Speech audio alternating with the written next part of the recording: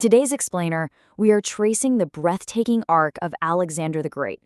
We're going to look at exactly how he pulled off the impossible and why his ultimate downfall came not from an enemy's sword, but from the sheer limits of human endurance. 10. That is literally all it took. In an astonishing 10-year campaign, this young king won battle after battle, pushing his army to the very edge of the known world. The sheer, unstoppable momentum of this decade-long march allowed him to carve out one of the largest empires ever known to man. But, to really understand how he pulled this off, we first have to look at the incredible machine he was handed. Section 1. A formidable military inheritance. Building the Macedonian war machine. See, Alexander didn't just pull this massive military dominance out of thin air. For centuries, the Greek world had been defined by their golden age and repelling Persian invasions. But by the 300s BC, legendary city-states like Athens and Sparta had spent almost a century fighting these incredibly destructive wars against each other. They were utterly exhausted. Enter King Philip II of Macedonia. By 338 BC, he swoops in, crushes his neighbors, unites Greece into a league, and starts planning a massive all-Greek invasion of the Persian Empire. But then, plot twist, right on the eve of this war, in 336 BC, Philip is assassinated by his own bodyguard. So suddenly, a restless, brilliantly tutored 20-year-old Alexander inherits the throne, and with it, his father's grand plan to invade Persia. Now, what was the secret sauce to this army's dominance? It actually came down to a stark contrast in weaponry. Philip's most famous reform was the sarissa. Traditional Greek hoplites used an 8-foot spear, right? Well, the Macedonians introduced an 18-foot pike. That is over twice the length. When packed into a tight formation 16 ranks deep, which was known as a phalanx, it presented this solid, bristling wall of iron spear tips. Against shorter weapons, it gave them a massive tactical advantage, keeping enemies at a distance where they literally couldn't strike back. From the front, it was virtually unstoppable. Let's break down this 40,000-strong army because it really reveals a perfectly cohesive machine. Right in the center, you have your 9,000 phalangites forming that impenetrable iron wall.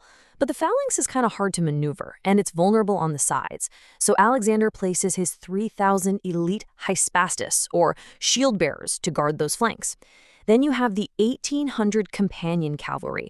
These guys are the ultimate shock troops led by Alexander himself to completely shatter enemy lines.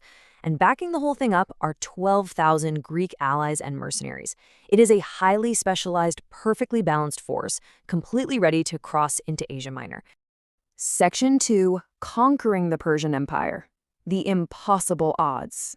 The absolute second Alexander crossed into Asia, the Persian governors met him at the river Granicus. Ancient accounts brilliantly illustrate the sheer chaos of this first clash, stating that horses were jammed against horses and men against men. And Alexander didn't just hang back and watch. He led from the front lines, charging straight across the river into a total hail of javelins. In fact, Alexander was nearly killed. A Persian noble struck his head with a sword, completely breaking his helmet. Just as another raised his blade to finish the king off, a Macedonian officer named Black Cletus steps in, severs the Persian's arm, and saves Alexander's life. Alexander won the day, but the Persian Empire was incredibly vast, and they were really just waking up. 100,000. Let that number sink in for a second. That is the estimated upper limit of the massive army King Darius III of Persia assembled to trap Alexander at the Battle of Issus. Darius outnumbered Alexander nearly 2-1, bringing his elite household troops known as the Immortals. The stakes here literally could not have been higher. But here is exactly how Alexander completely flipped the script at Issus. Step 1, Darius successfully traps the Greeks, but he does it on a narrow 6-mile coastal plain. This is an absolutely crucial mistake because it brilliantly neutralizes Darius's massive numerical advantage. He just can't spread his troops out, it creates a fatal bottleneck. Step 2, Alexander recognizes his own phalanx is struggling in the center, so he personally leads a headlong companion cavalry charge straight at the Persian center. Step 3, King Darius, rather than face this fearless Macedonian king charging right at him, literally turns his royal chariot around and flees the battlefield. The battle turned into an absolute massacre, and Alexander even captured Darius's own family. Section 3. Becoming King of Kings. The peak of power. With the Persian field army in full retreat, Alexander sweeps south through the coastal cities, wiping out Persian naval power, and marches right into Egypt. The priests there welcomed him as a liberator, crowned him pharaoh, and even went so far as to proclaim him a son of the gods. And you can imagine, this caused a massive mindset shift for him. So when King Darius desperately sends a letter offering a fortune in gold, his daughter's hand in marriage, and literally half the entire empire for peace, Alexander just completely refuses. His unbroken winning streak had entirely convinced him of his destiny. He didn't want half the empire. He was coming to take the whole shebang. And this set the stage for the ultimate showdown at Gaugamela. Gaugamela is the ultimate showcase of Alexander's tactical genius. Darius chose a massive open plain and actually flattened the terrain to unleash 200 scythed war chariots. But Alexander creates this brilliant trap. He deliberately marches his right wing outward. The Persians, terrified of being encircled, stretch their own lines to match him. When Darius finally launches those terrifying chariots, Alexander's expert javelin throwers just take out the horses, and the infantry simply open up lanes to let the chariots pass harmlessly right through. With the Persian center now stretched and severely weakened from mirroring Alexander's movements, Alexander leads his companion cavalry straight into the gap. And once again, Darius panics and flees. The road to Babylon and Persepolis is left wide open. Alexander had completely broken the Persian Empire. Section 4. Mutiny and the Long March. The Descent into Paranoia. Now you'd think he'd stop after conquering Persia, right? Nope. Alexander pushed relentlessly east into modern-day Afghanistan and Central Asia, hunting down the men who murdered Darius.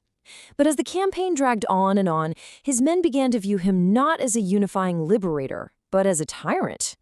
He starts adopting Persian customs and wearing their dress, which his Greek soldiers viewed as totally decadent. He even starts demanding proskinesis, meaning he forced his men to prostrate themselves on the ground before him. To the Greeks, this was just utter blasphemy. You only bow to gods, never to kings. This psychological toll bred intense paranoia. He executes his most veteran cavalry commander, Philotas, over a rumored plot, and then murders Philotas's father, the legendary general Parmenion, just to be safe. And worst of all, in a furious drunken argument, he personally murders Black Clitus, the very man who had saved his life back at Granicus. 8 years. It is absolutely crucial to remember the grueling reality these men were facing. They were fighting brutal, exhausting guerrilla wars against nomadic tribes in Bactria and Sogdia. They had been marching thousands of miles, fighting countless battles, and had not seen their homes in 8 long years. And incredibly, Alexander still wanted to push into India. So, they cross the Hindu Kush mountains into India. They fight King Porus at the Battle of the Hydaspes, facing these terrifying war elephants that inflict massive casualties on the Greeks. Finally, they reach the river Hyphasis. Ancient geographers literally believed a great river formed the very edge of the world. Hearing rumors of even more gigantic armies waiting for them further in, the Macedonian army simply breaks. They mutiny. They absolutely refuse to take one single step forward. A furious Alexander is forced to finally turn around, leading a deadly, disastrous retreat through the brutal heat of the Gedrosian desert, where extreme shortages of food and water cause terrible suffering and death among his men. Section 5. A vast, unstable legacy. The Hellenistic Age. Back in Babylon, after punishing corrupt governors and dealing with even more mutinies, Alexander begins planning a massive new campaign into Arabia. But then, suddenly, he develops a fever. In 323 BC, at just 32 years old, he dies. The cause remains a total mystery to this day. Malaria, typhus, poison, we just don't know for sure. But because he left absolutely no plans for succession, the immediate aftermath is pure chaos. His generals instantly tear his vast empire apart, warring for control and even murdering his wife and young son. But the long-term aftermath? That is the Hellenistic Age. His breathtaking conquests permanently fused Greek ideas with local traditions across the world, triggering incredible new developments in art, science, and government. Alexander died entirely undefeated in battle, a true military genius who fundamentally reshaped the globe. But his empire fractured instantly because it was held together by literally nothing but his individual brilliance and an ambition that violently outgrew the endurance of his own followers. So what do you think? Was this relentless 10-year campaign the ultimate triumph of human potential or a brutal tragedy of unchecked ambition? Thank you for joining me for this explainer.